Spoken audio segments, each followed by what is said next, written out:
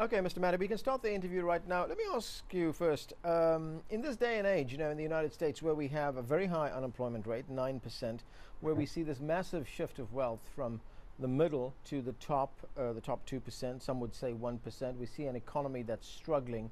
What role Mhm. is there for unions? Well, labor unions have one simple message, and that is get Americans back to work. And we know that unions are effective in doing that. After the 1930s, when we were in our greatest depression in this country, workers went on strike. They demanded that corporations give them fair contracts. They were represented by labor unions. There was a resurgence of workers going back to work after the Great Depression because there was an organized workforce represented by labor unions.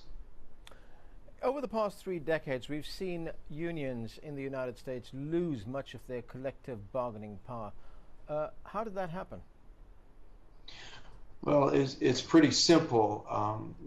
If you think about it, employers or corporations or companies, they would prefer to isolate their workers so they can control them and determine how much they make, what kind of benefits they give them. But labor unions have always had the ability for collective bargaining. So there has been a constant assault by corporations who are financially driven to make profits, and if you're sharing those profits with your workers, therefore you're not accomplishing your goals. So corporations and employers, they've always done what they can to combat labor unions who represent a unified voice under the collective bargaining agreements that they represent. So, how do unions now change that scenario that you've been describing, regain their power, so to speak? Well, I think we're seeing the beginning of it.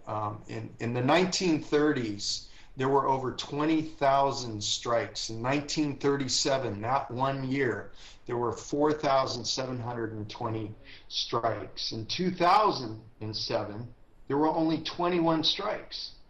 And without a threat to those that run corporations and to employers, without a unified voice from the workforce telling them there are demands, there are issues that need to be addressed at the bargaining table. I believe unions can have that voice again, but there has to be a level of threat. It has to be done through defined means, and I think we're doing that. We're doing that at the polls today in Ohio. We've done that through various other protests, letting the banks know that we understand what they've done to our economy, and there's various ways that we can voice our opinion, and unions are leading the charge in that. Michael Maddy, thanks for joining us. Thank you.